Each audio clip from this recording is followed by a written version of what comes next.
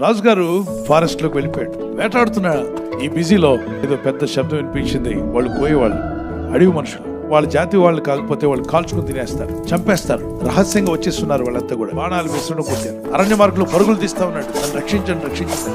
ఒక చిన్న గ్రామానికి చెందిన ముగ్గురు యవనస్తులు ఈ కట్టెలు కొట్టడానికో దేనికో మొత్తానికి అడవిలోకి వెళ్ళారు.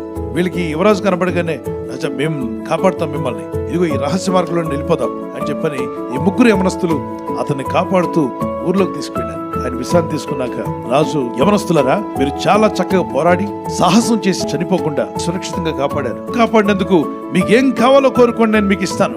మొదటి వాడు అటు ఇటు చూసి, సార్ నాకు ఉద్యోగం లేదు సార్, నాకు జాబ్ లేదు, నా ఇంటిని పోషించుకోలేకపోతున్నాను, మా పేరెంట్స్ కి సాయం చేయాలనుకుంటాను. రాజు అడుగుతాడు, ఇంతేనా నాన్న, ఈ కోరిక తీర్చేశాను. మంత్రి వైపు చూశాడు, ఈ రోజే వాడిని చేర్చుకోండి, అతను నా సైనికుడిగా ఉండబోతున్నాడు, బాడీ గార్డ్ గా ఉంటాడు అని చెప్పాడు. ఉద్యోగం వచ్చిందా? వచ్చేసింది. రెండో వాడిని, నీ కోరిక అంటూ కోరుకో, నువ్వు కోరుకున్నట్టుగా ఇస్తానని చెప్పంటే, రెండో వాడు అటు ఇటు చూసి సిగ్గుపడుతూ తలంచుకుంటే, సార్ ఒక అమ్మాయిని ప్రేమించాను సార్, ఆ అమ్మాయిని ఇచ్చి నాకు పెళ్లి చేయండి సార్, ఇంకేముంది సార్ నా జీవితంలో అని చెప్పాను. అయితే మంత్రి గారు, మీరు వెళ్ళి అమ్మాయి పేరెంట్స్తో ఏదో విధంగా వీడికిచ్చి పెళ్లి చేయండి. ఓకే, నో ప్రాబ్లం సార్ అని రాసేస్తున్నాను. మూడో వాడిని అడిగారు, బాబు నీకేం కావాలి కోరుకో మూడో వ్యక్తిగా అంటే, సార్ మీరేమనుకోనంటే ఒక మాట అడుగుతాను, నేనేమనుకోని చెప్పండి, నాకేమొద్దు సార్. అదేంటి ఏమొద్దు అంటున్నావు? సంవత్సరానికి ఒక్కసారి మీరు మా ఇంటికి వచ్చి భోజనం చేసి వెళ్ళండి సార్, చాలు సార్, ఇంకేం అక్కర్లేదు.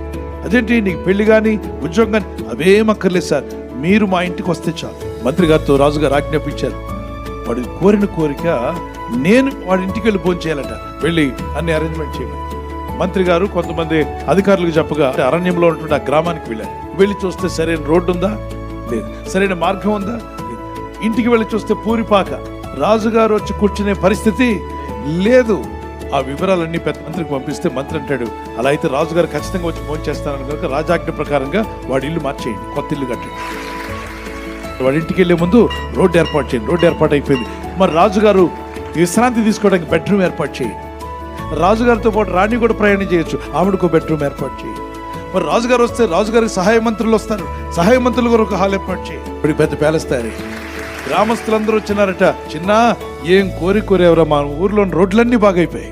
కోరిన కోరిక చిన్నదే, కానీ దానిలో గొప్ప ఆశీర్వాదాలు పొందాడు. What do you desire? నువ్వు ఏం కోరుతున్నావో అదే నీ జీవితాన్ని ఏలుబడి చేయబోతుంది. Set right your desires.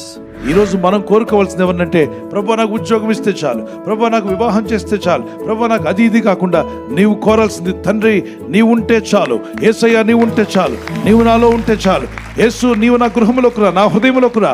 ప్రభు అంటాడు, ఆయన రాజ్యము నీతిని మొదటి వెతుకుడి, అప్పుడు మీకు అన్ని అనుగ్రహింపబడతాయి.